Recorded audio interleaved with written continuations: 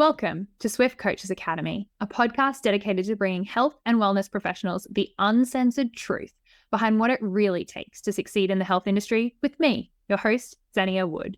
As an accredited exercise physiologist and business owner for almost a decade, I'm on a mission to transform the lives of ambitious health professionals like you who want more and are ready to take action to create incredible impact in your careers and unlock financial freedom in your business. So join me as I speak candidly with industry leaders about the struggles and successes from within the trenches through thought-provoking conversations. Fascia. Can you change the properties of fascia or break up fascial adhesions? What the heck is fascial stretch therapy? And are you really creating change by foam rolling your ITB, which is a fascial band? As always, let's start with the definition. Fascia is a band or sheath of fibrous connective tissue which permeates like a 3D matrix through the body, encapsulating muscles, bones, and organs. Fascia Research Congress in 2007 explains fascia is known to play an important role in transmitting mechanical forces between these structures. But what is it really, and what else does it do? Healthy, relaxed fascia is a series of wavy connective tissues and is largely made up of collagen fibers, which have viscoelastic properties. While purely elastic materials strain and stretch, immediately return to their original state, like an elastic band, viscoelastic properties are different in that they exhibit time-dependent strain, meaning that they will tighten when stretched up until a point where they can no longer handle the forces and they break. Fascia, despite being viscoelastic, doesn't have as much elasticity as you might think. Although fascia is partly collagenous, it isn't dense in collagen, which is useful as it allows fascia to transmit force. There are 3 layers of fascia that we need to talk about. The superficial layer, directly under the skin, the deep layer, which surrounds the bones, the muscles, the nerves, the blood vessels. And this deep layer also detects tension, changes in pressure, vibrations, touch, heat, and painful stimulus. And then there's visceral fascia, which pertains to the organs. For today, we're going to talk about deep fascia because that's the one that relates most to exercise and movement. Within deep fascia, there are 2 subtypes. Aponeurotic fascia, which are only in 2 places, the thoracolumbar fascia and the rectus sheath. These are thicker and they're usually easily differentiated and separated from underlying muscle. Then there's the epimysium, which is a connective sheath surrounding the muscles that also permeates muscle layers in through things that you can see through like the glute max, pec major, in the delts. When you pull it apart, there's fascia intertwined. It's also thinner and it's connected more tightly to the muscle. So, what does deep fascia do? Primarily, the role of deep fascia is, as Stecco in 2016 explains, to act like tendons to transmit forces. Coorparoo in 2007 says that the fascial network is intimately bound to muscle, and we must understand that we cannot isolate just fascia when we talk about transmitting forces. Hungi in 2003 explains that myofascial, which means muscle and fascia, force transmission occurs as a result of mechanical tension generated by muscle contractions. This happens by one of 2 ways. Either intermuscularly, which is between 2 adjacent muscles, which are synergistic in nature, which means that they do similar or the same movement, or extramuscularly, which is between a muscle and something else, such as blood vessels, nerves, ligaments, something near it. Forces exerted in this way play more of that stabilizer role. This occurs through the principle of what's called tensegrity. Tensegrity of the body explains how all human tissues, bones, muscles, connective, form a part of a fascial network. Therefore, structures in the body can be tensioned or compressed, and these forces are distributed throughout the network because it functions as one unit. For example, if you pull on one little piece of a spider's web, it's going to affect the entire web, not just the area of tension.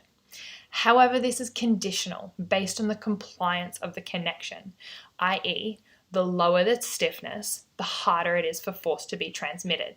Tissue stiffness needs to be high enough for these forces to be transmitted. So what I'm trying to say is Hey coach, are you loving this episode? Because if so, I have some incredible news for you. We have our last round of our educational mentorship as you know it. So this is our incredible 12-month mentorship with me, where we go through everything from assessments, biomechanics, anatomy, training principles, and so much more.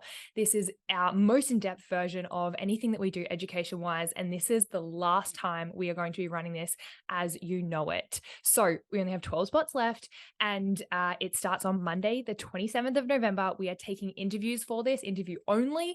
And if you're interested in this, then click the link in the show notes, and I would love to jump on a call with you and see if this is right for you. Now back to the episode. What I'm trying to say is that the tighter the fascia is, the quicker the force gets transmitted.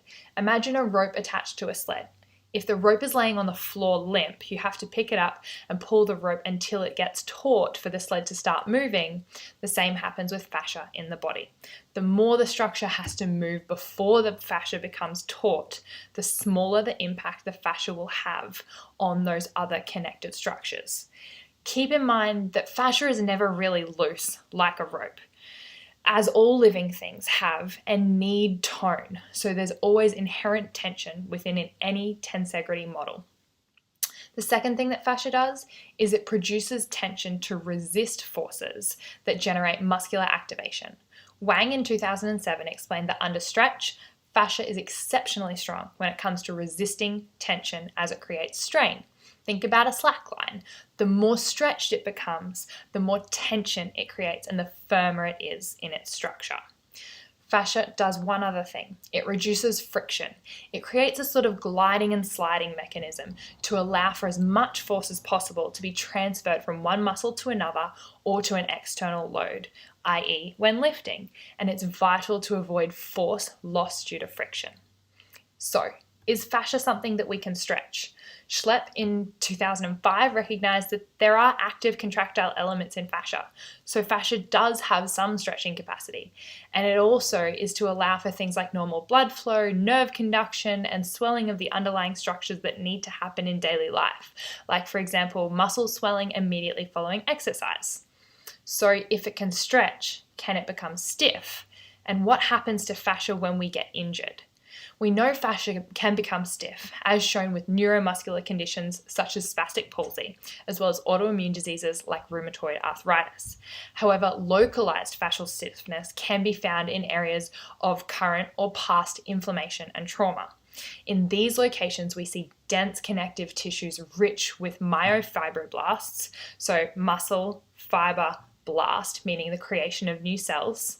Gatt et al. In 2019 denoted that fascia loses its pliability or its elasticity, which leads to tension and restricted movement. It also reduces blood flow and increases pain sensitivity of the underlying tissues, so the muscles and the organs.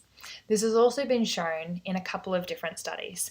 The thoracolumbar fascia was shown to be 25% thicker with men with chronic low back pain by Langevin in 2011.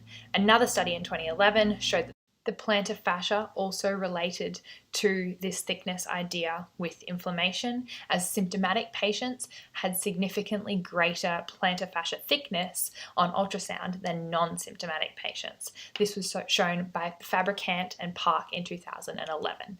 Inversely, but in the same study, fascial thickness actually diminished with what they deemed to be successful treatment. Another study by Waring in 2007 was shown that decreases after one bout of running was actually better to reduce the stiffness of fascia versus one bout of walking. Interestingly, there is conflicting evidence as to whether the thickened fascia is also a potential factor for pain. Lederer in 2019 explained that tissue stiffness is not related to pain experience. While we know that pain is extremely complex and multifaceted, there also seems to be some correlations between inflammation and the central nervous system's sensitivity to these pain receptors. Additionally, those experiencing pain were found to have a reduction in the sliding capacity and therefore had more friction during passive flexion of the fascial structure in relation to the underlying musculature. This was in the lumbar spine specifically. So let's briefly use what we've learned to answer a couple of really common questions on fascia. Firstly, does fascial stretch therapy actually work? Well, Maybe, but it will never be just the fascia that stretches, and muscles have a heck of a lot more contractile properties in them, so it's probably more likely muscular changes are occurring, with the intention behind fascial stretch therapy being to address the fascial lines and kinetic change, as we discussed with tensegrity. Remember, all tissues are connected by fascia. Second question, are we really creating change by foam rolling your ITB, which is a fascial band? Probably not.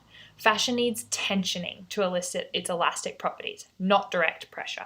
Similarly, with self-myofascial release, we find the best results come from potential temporary benefits with deep pressure, massage, trigger point therapy, but it needs to be followed up by movement. In isolation, it's just a band-aid fix. So, all in all, what do we now know about fascia? Fascia has three main roles: to transmit force, to produce tension to resist force, and to reduce friction. We also know that fascia can stretch to a degree. It can be a source that receives sensory input, and it can thicken due to injury and restrict our range of motion, but it also may have a potential to thin as a result of exercise and movement. With all this being said, there are still a few key unanswered questions I'd like to see addressed in the literature. Can you ever truly stretch fascia in isolation? And can fascial thickness that's caused by injury be decreased with movement over time? Any questions, comments, feedback? I'd love to hear it all in the comments below. Happy to chat with you guys. I'd love to hear what you'd like the next video to be on. And as always, move swiftly. Don't forget, if you are keen to see what our educational mentorship could do for you in the next 12 months with your career, we are taking enrollments now. Only 12 spots are available and they are getting snapped up like hotcakes. Remember, it starts Monday, the 27th of November, and so you will need to be enrolled and had your call with me before then if you're keen to see how you could level up your education. Did you find something valuable in this episode? If so, I'd like to ask a tiny favor. If you have 30 seconds now, I'd love you to follow or share the podcast.